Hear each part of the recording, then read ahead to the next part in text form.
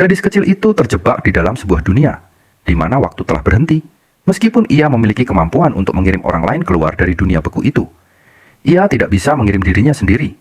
Setelah berhasil mengirim teman-teman lamanya, yang tersisa bersamanya hanyalah kakeknya dan seorang bayi. Pada awalnya, kakeknya mengajarinya cara merawat bayi, dan gadis itu menulis diari setiap hari untuk mencatat kehidupannya.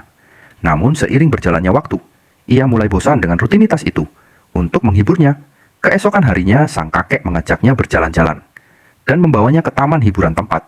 Ia biasa bermain saat masih kecil, tapi gadis itu tahu bahwa kakeknya tidak bisa bersamanya selamanya. Ia berharap kakeknya bisa berkumpul bersama seluruh keluarga. Maka pada malam itu, saat kakeknya tertidur, ia mengirimnya keluar dari dunia beku dan merencanakan untuk mengirim bayi.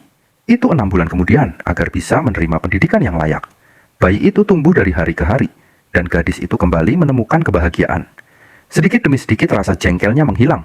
Namun waktu berlalu begitu cepat hingga bayi itu akhirnya belajar berjalan.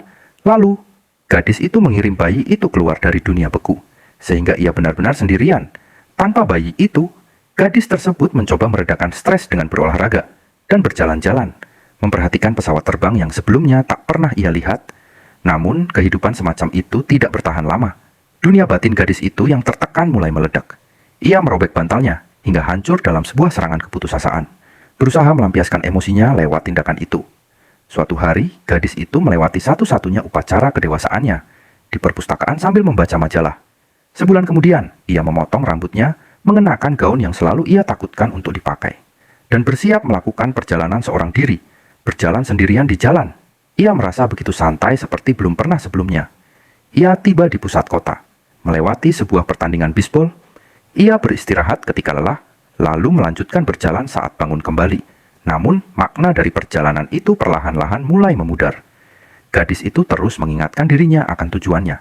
Tetapi akhirnya, ia mulai menyatu dengan dunia beku itu.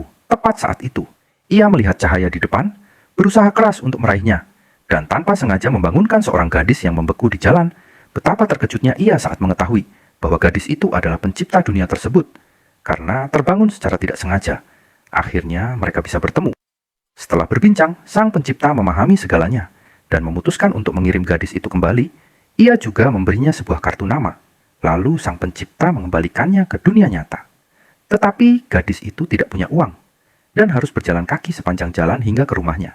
Ketika ia tiba, hari sudah menjelang subuh. Namun lampu rumah masih menyala.